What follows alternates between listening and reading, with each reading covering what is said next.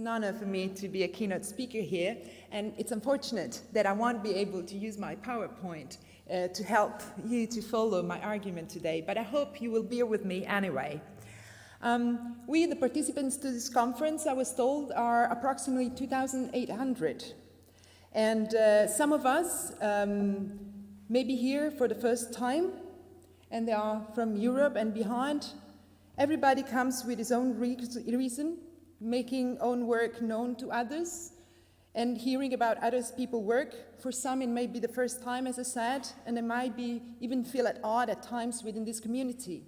For others, seasoned participants, they may be happy to reconnect with a community in which they feel they belong. After the conference, some may return home with a sense of accomplishment. Others may be left with some sense of frustration. No matter such variety of reasons, expectations, and perceived return of investment at individual level, we are all adults, sharing a learning experience that has been structured in terms of time, space, and content. But whether the outcomes of our learning affect how we do and write about education research, how we teach, how we progress in our career, it all depends on the commitments and values that people share, but also on those that drives the institution we work in, as well as the societies within which we belong. Despite this, commitments and values that permeate adult learning today are far too widely ignored and deserve attention by the educational research community. So today, I'm going to be sharing some views on the relations between adult learning and public policy, which is the primary interest of my academic work, and how I see it related to matters of inclusion and exclusion, that is the theme of this conference. My main argument is that neoliberalism has stimulated a public policy fascination with adult learning as a panacea for social injustices. Such fascination builds on a positive assumption. Adults, no matter what their social position, gender identity and sexual orientation, ethnic and cultural belonging, or religious and political creed, learn about the self, the others, and the world in multiple contexts throughout their lives. This assumption is hardly contestable, but learning as the process of gaining knowledge, skills, and capacities for sense-making, forming judgments, and making informed decisions does not happen in a social vacuum. The outcomes are never value-free or disconnected from people's commitments and values. So ingrained in my argument is a critique that increased public policy preoccupation with adult learning does not necessarily redress social injustices and can even reinforce or create new social injustices. For this reason, whether adult learning changes people's life profoundly and to whose benefit it functions should concern us as citizens and as academics. In fact, independently from what we do, research or teach, we all contribute in many ways to the learning of other adults. But before I move on, let me make one point. In education research, neoliberalism is often seen as stimulating a policy fascination with competitiveness and efficiency, associated with treating education as just another good that can provide utility in the global market. I share this view, but today I invoke neoliberalism for a different reason. I will question the form of adult learning and its outcomes that has gained public policy recognition under neoliberalism, why it is so and to which effect. On this ground, in my presentation, I will focus on different structures and processes subsumed to adult learning, whether within formal educational institutions, at work, or in the community, and how they are being shaped and affected by public policy and reforms. I shall also highlight a few commonalities and inconsistencies across structural reforms and policy domains. Then, I will dispute moral commitments and values that permeate policy debates on adult learning and consider who participates in formal and informal learning opportunities, which opportunities gain visibilities, and how inclusion and fairness issues connect to adult learning. Finally, I will share some thoughts about how all of us as an academic community contribute to cultural and political hegemony for societal stabilization or change. And then I will end with a call for action not to surrender to a neoliberal take on adult learning. I shall clarify that I'm here interested in adult learning as a social fact, that is to say, in its macro dimension, rather than in the delivery system for adult education and training or the cognitive, affective, behavioral aspects of learning. Learning, aside incidental learning that occurs through intimate interpersonal communications and personal relations, adult learning subsumes different structures and processes. We can distinguish at least 3 environments for adult learning: the school and other educational institutions, the workplace, and the community at large, herein including also access to popular culture and the media. The first environment, the school and other educational institutions, comprise various types of public and private schools and education training or learning center, which around the world have opened their door to those aged 18 and above, sometimes even 16 and more. In these environments, adults engage with basic literacy learning, learning according to secondary school levels, and different kinds of vocational education and training. Also in countries considered by the World Bank as technically free from illiteracy, schools and other educational institutions have expanded their reach through national reforms so as to include different pockets of previously excluded populations that are differently categorized by international organizations and national governments as early school leavers, youngsters not in education, employment, or training, long-term unemployment, unaccompanied minors, migrants, and so forth. In the meantime, however, universities and university colleges have also opened their doors more widely to let adults in, if not intentionally targeting the population over 25, through part-time programs, professional degrees, non-credit courses, and massive open online courses. This expansion is due to intentional needs to increase enrollment rates and institution revenues, and partly to changes in the world of work. Some jobs have become more technologically advanced, and others now require higher formal education degrees.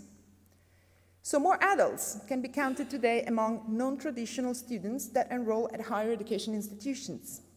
This trend, however, varies across countries and regions of the world.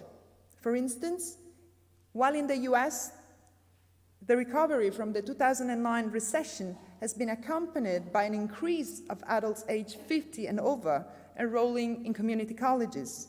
In the UK, the number of part-time students, mostly adults and in employment, starting an undergraduate qualification, has been decreasing since 2010, and even more so after the students' funding reform of 2012. A second environment for adult learning is the workplace, open to adults active in the labor market, but also to varying degrees to those preparing to become so through hybrid forms bridging schools and the workplace, such as adult apprenticeships or similar government schemes. Apprenticeship, in particular, as a governmental mechanism and an institution within vocational education and training, can assume different forms across the world as a model of learning. Yet, it always implies a pedagogical as much as an occupational dimension and is interconnected with the employing organization in which it takes place and its success in facilitating the transition to the labor market. But when we consider the inner qualities that characterize a concrete experience, apprenticeship can be a more expensive or restrictive practice and is not free from different forms of exploitation like cheap labor. Moreover, governmental support for adult apprenticeships does not always have a significant effect on long-term employment, as research shows. Finally, a third environment for adult learning, potentially open to all, whether native or foreign to a given country, unemployed, employed, or pensioners, is the immediate community in which adults live, which includes also career guidance offered by public and private employment agencies and community-based services, and at distance communities to which adults gain access through the use of information and communication technologies. But adults are also active consumers of popular culture media, which operate pedagogically with and for their adult audience. In fact, adults make and remake own meanings of cultural representations through the consumption of popular culture and media. However, globalization challenges the relation between production and reception, as text, films, news embed norms and values of the place in which they originate, but are consumed across borders. All of the above environments for adult learning are being shaped and affected in different ways by public policy and structural reforms worldwide. Now, as I said, my main argument, the one I'm going to develop, and I hope you can follow me, is that neoliberalism has stimulated a public policy fascination with adult learning, and this results from two observable and intertwined phenomena. The first is an increased reference to adult learning in policy documents by international organizations, national governments, private firms, and so forth, that goes hand in hand with policy statements and deliberations shaping and affecting the structures, processes, and directions of adult learning. The second is an enhanced appreciation for targeting new and more users, consumers, or customers by different social institutions, including schools, companies, employment agencies, and so forth. Part of my argument, however, as I said, is that such fascination with adult learning values adult learning as a panacea for social injustices. And this statement, I think, requires some explanation. In ancient Greek, panacea referred to various herbs that found in nature were thought to heal all sorts of illnesses. Accordingly, adult learning has a panacea, points at some processes as universal remedy that is not country or culture specific, or even limited by biological or legal definitions of a person's mature age. But what are the illnesses that is supposed to cure? Social injustices are complex matter. Some point at social injustice as the discrepancy between what is and what should be that is based on emotionally and morally laden cognition about right and wrong. Others point at social injustice whenever there is a denial or violation of economic, social, cultural, political, or civil rights of particular groups in society by those having more power or influence. Both views build on an abstract ideal of a public political culture that should guarantee a fair distribution of resources and benefits to all members of a democratic society.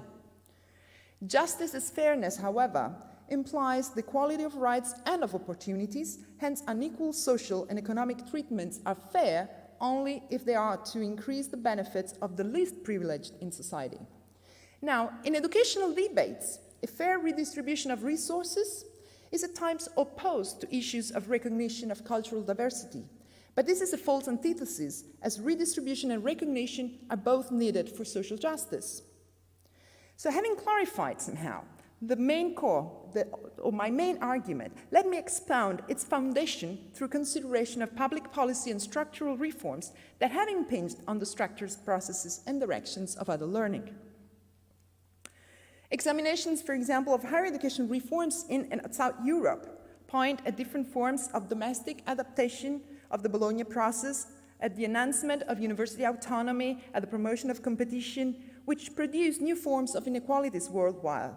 Studies of vocational education and training reforms highlight also the recent influence of marketization and similar economic pressures. Complementing both reforms is the introduction, development, and use of various instruments for structural reform adjustments, like qualification frameworks, quality assurance mechanisms, performance indicators, accountability measures, and assessment and recognition of prior learning procedures. Now, qualification frameworks are oriented towards transparency, but as research shows, they affect the global auction for highly skilled but low-cost workforce. Research on quality assurance mechanisms in higher education, vocational education and training, and career guidance suggests that they may enhance productivity in program delivery, but adults as learners are a bridge to user, consumers, or customer positions.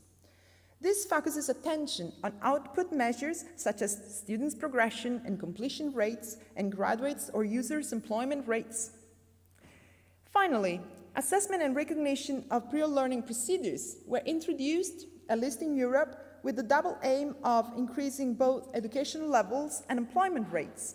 However, and I will return on this, their effects are also contestable.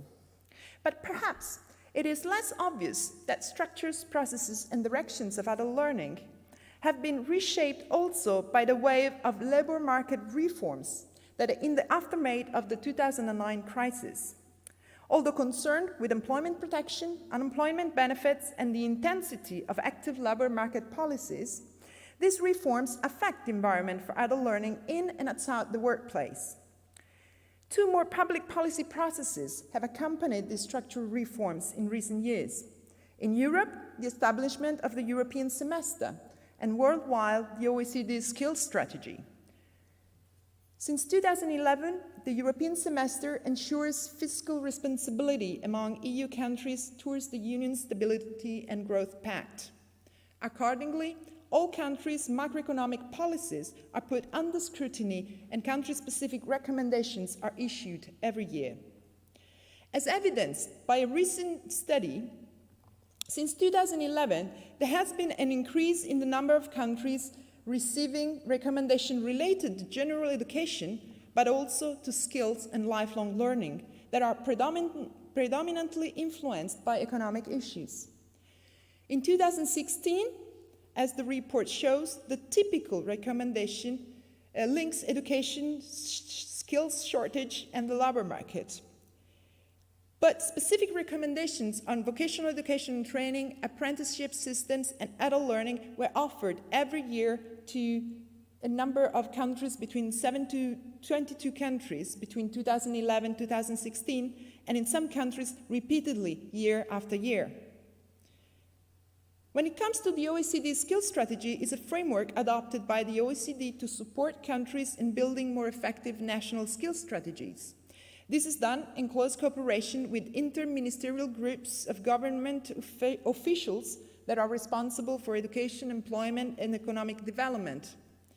Auxiliary to the strategy, the OECD has set up a team on vocational education and training and adult learning that carries out policy reviews in these areas in agreement with national governments, but also a number of area studies on work-based learning in connection to apprenticeships or school-based vocational education and training, as well as country-based policy insights building on the finding from the Programme for the International Assessment of Adult Competencies, also known as PIAC.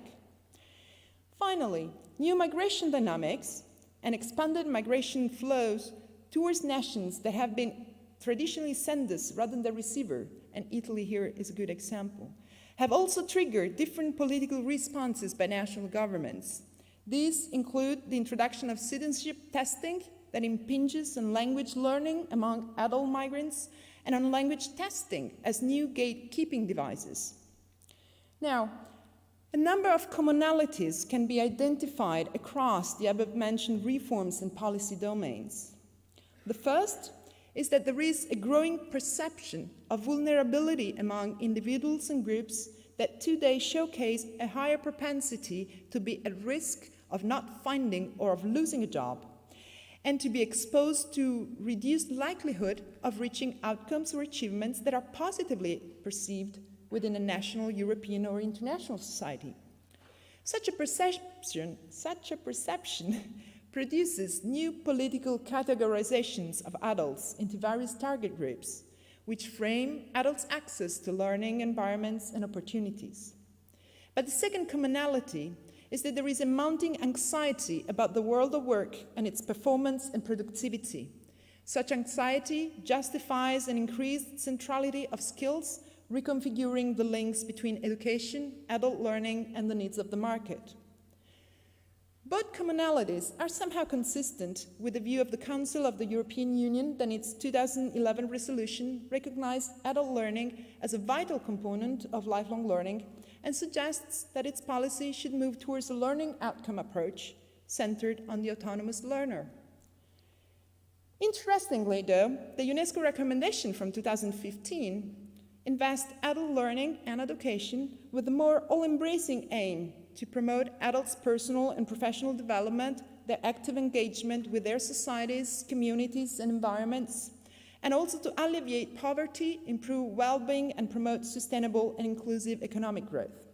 However, vulnerability in society results not only from individual conditions and behaviors, but also from systemic material conditions and social relations. So, policy inconsistencies across the reforms and policy domains under considerations here can be found in that national governments and international organizations intervene widely to shape individual behavior, but not so much to also improve individual conditions, systemic material conditions, and social relations.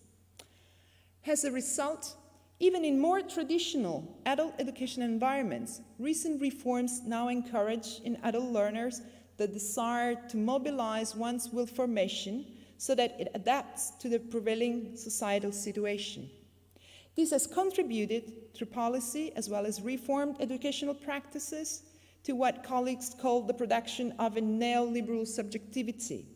So when I argue that neoliberalism has stimulated a public policy fascination with adult learning as a panacea for social injustices, I'm basically pointing at a crucial feature of contemporary societies.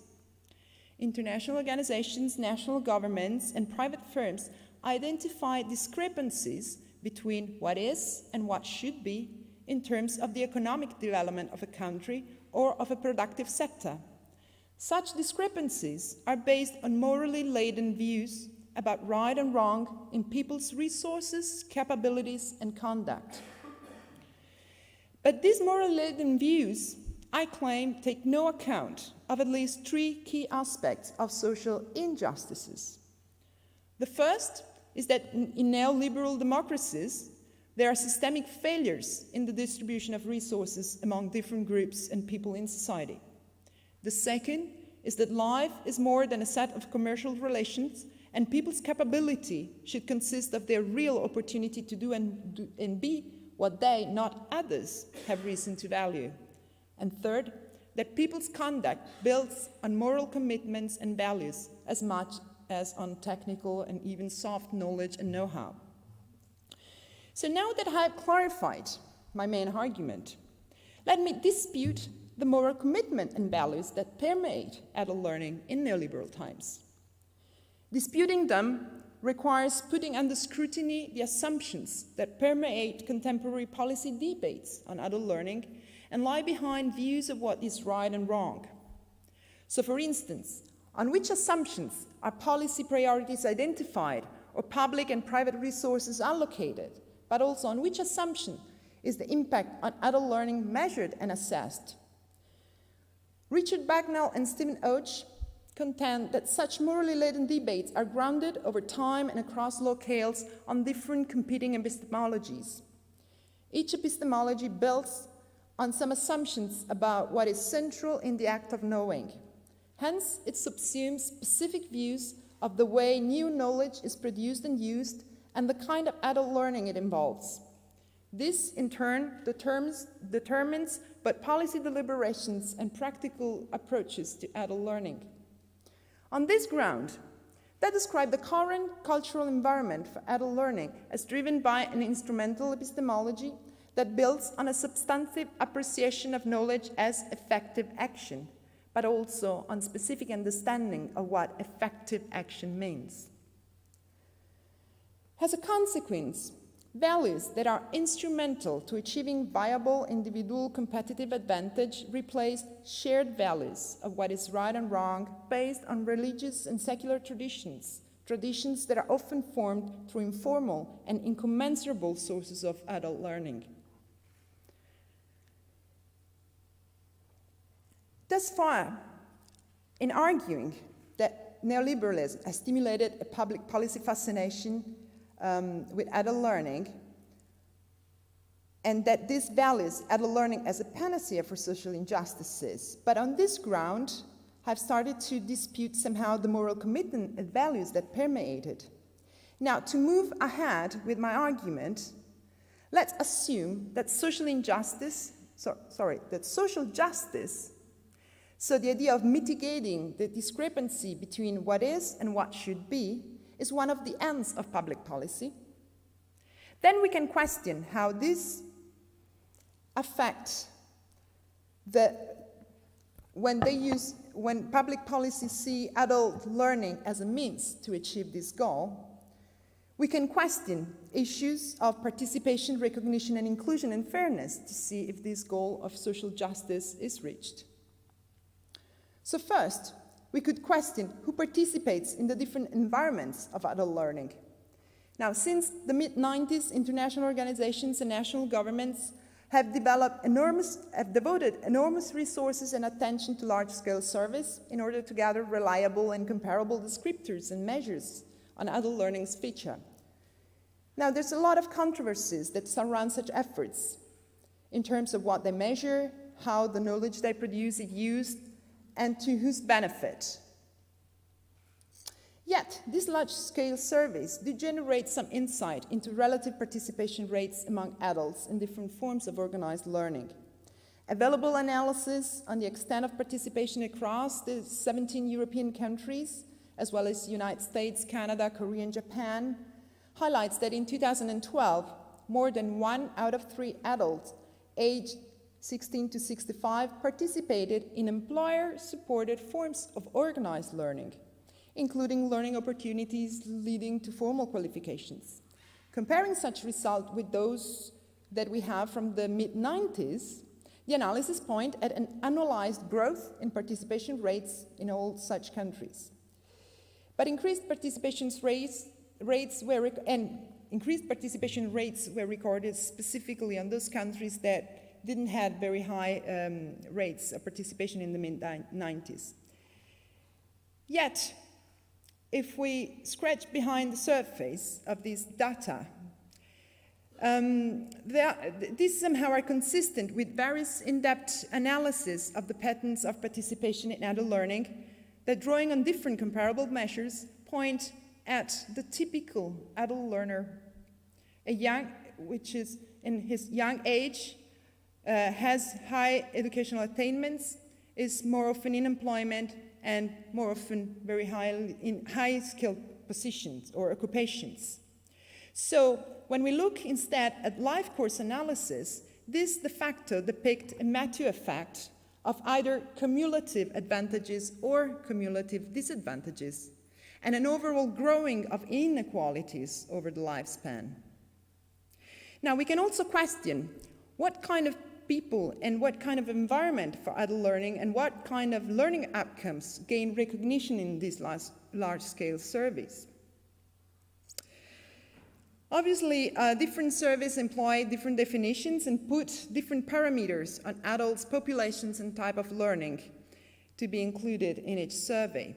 Although some surveys also include young adults, aged 16 to 24, or adults over 65, the core target is the population in the working age, between 25 and 65.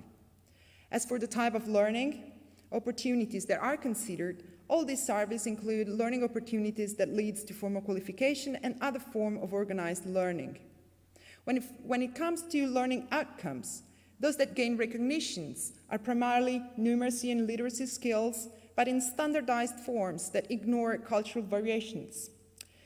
In the meantime, I had mentioned earlier assessment and recognition of peer learning procedures. Research shows that they often result in validation and reinforcement of certain kind of learning while devaluing others. And in case of migrants, this, for instance, help their integration in the labor market, but does so through creaming off what local employers value as knowledge and skills. So migrant skills and knowledge acquired previous to relocation to new countries, for example, tend to be assigned lower value, or even receive no recognition at all, and this depends also on people's origin and ethnicity. So then we can also question how inclusion and fairness issues connect to adult learning. As already mentioned, available data show an annual growth in adults' participation, but some researchers, and actually Pepka is here in the audience, they have started to question an inquiry whether this also means that adult participation in learning activities has become more inclusive and fair, in and across European countries. The results highlight that participation tends to reproduce existing educational hierarchies at country level.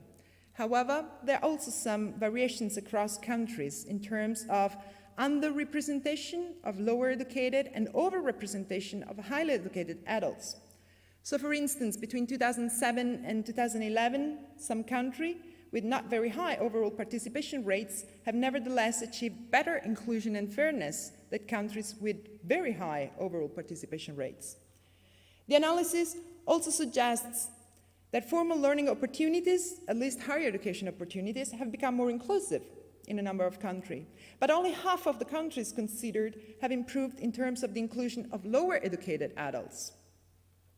So summing up, when we consider issues of participation, recognition and inclusion and fairness, available analyses show an average increase in participation, but mostly capture adult learning that leads to formal qualification and other organized form of learning. Some formal learning opportunities have become more inclusive, especially higher education, but lower educated adults, in contrast, participate less in this form of education and learning opportunities. At the same time, assessment and recognition of prior learning procedures mainly validate knowledge and skills deemed relevant by the institutions engaged with this process, not by the learner. Now, obviously, formal qualification and validation of job-relevant skills are important for adults' access to and permanence in the labor market.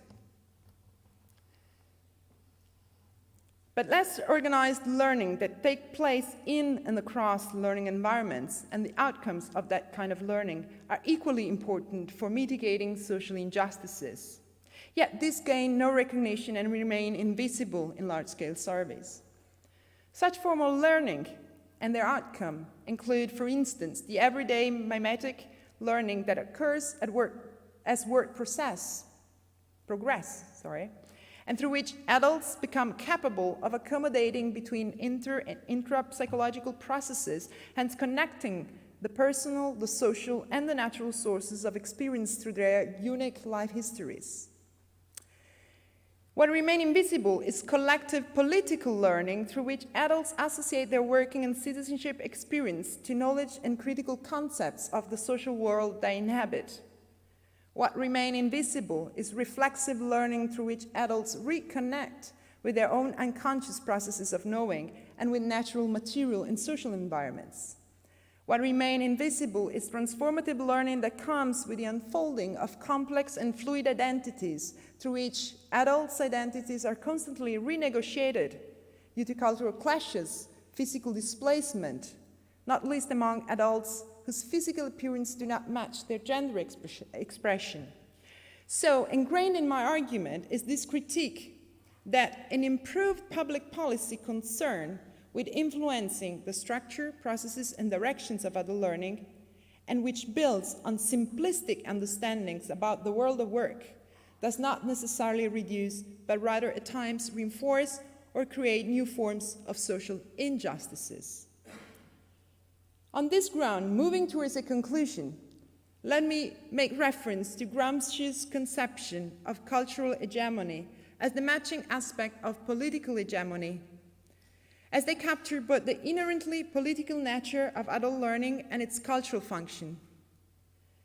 Hegemony, derived from the Greek verb egeomai, through its substantive form, hegemonia, as used by Gramsci, recalls its original meaning of political predominance, but it does so in a strategic rather than practical sense. Such predominance, in fact, builds on persuasion more than physical domination that allows a state form to build consensus among its citizenry and assume political leadership. Hegemony is not good or bad, but it's a necessary condition to regulate human relation in an organized form for Gramsci. It is the link between civil and political society inside any form of state, but requires two conditions to be met. The first condition is political hegemony, or a balance between social, political, and military powers that sacrifices the immediate interests of a social group in favor of general, universal interests. Political hegemony involves three evolutionary moments. First, all members of a professional group recognize their economic homogeneity. Then they build a solidarity of interest, but finally they realize that corporative interests at present and in the future go behind own economic interest. It is only at this point that a political consciousness can be accepted by different groups in society. Consequently, entangled with political hegemony is cultural hegemony. That is a shared intellectual and moral leadership that is expressed, constructed, and represented in a common language and grammar between different social groups. Now, cultural hegemony is formed and maintained through the education of intellectuals, but also to conformity of different social groups through schooling, the media, the arts, and other forms of intergroup conversations. So, a consequence of this is that liberal moral commitments and the valuing of knowledge as effective action, which permeate the current fascination with adult learning, stabilizes a common language. This common language is what Romuald Norman and Ramon Pacheco call a liberal grammar that promises autonomy and emancipation, but at the same time generates sufferings and feelings of humiliation about those who are exposed to the new hardship and lack the capacity to spread their voice and to take part in this new regime of responsibility. Such a new regime is made up of various technologies that constrain people's ability to contest liberal moral commitments, limiting this to valuing only knowledge as effective action. So, as academics, we all contribute to cultural and political hegemony through teaching, research, and communication. But whether we do so to stabilize or trouble such liberal grammar and shared intellectual and moral leadership is open to debate. So here somehow is my call for action. We can question, for example, what are the emotionally and morally laden cognition about right and wrong subsumed to our teaching? Are we preparing students to simply conform to established norms and expectations about their study progression, employment prospects, and so forth? Or are we contributing to the subjective formation of students' political consciousness through improving their capacity to engage, for example, with popular cultural learning and to spot fake news and so on? We can also question the emotionally and morally laden assumptions about right and wrong that are subsumed to our research. Are we simply conforming to popular research targets, for example, youngsters not in education, employment, or training? Are we simply conforming to relatively well-financed areas of research, like people's skills? Are we only conforming to prevalent methodological approaches, for example, evidence-based inquiry? Or are we also engaging with rigorous but novel research that confront post-truth politics and common sense beliefs about education and learning? And are we encouraging others to do so? Ultimately, we can question what are the emotionally and morally laden cognition about right and wrong in our communication strategies. Are we merely conforming to publish or perish strategies imposed on us by the institutions we work for, or by the type of research assessment and evaluation system in place in our countries? Or are we also considering and engaging with different forms of communication that promote cross-fertilization of knowledge and ideas between research, policy, and practice communities? Now, I started my speech by evoking a variety of reasons, expectations, and perceived returns of investment that, at individual level, drove our participation as adult learners in this conference. Through this speech, I hope I have tried to provoke thought on how far, whether we acknowledge it or not, as academics, we also hold moral responsibilities for the learning of others. So, and with this I conclude, whether adult learning profoundly changes people's life and whose benefit it functions should matter, I think, to each one of us if we are not to surrender to a neoliberal take on adult learning. Thank you.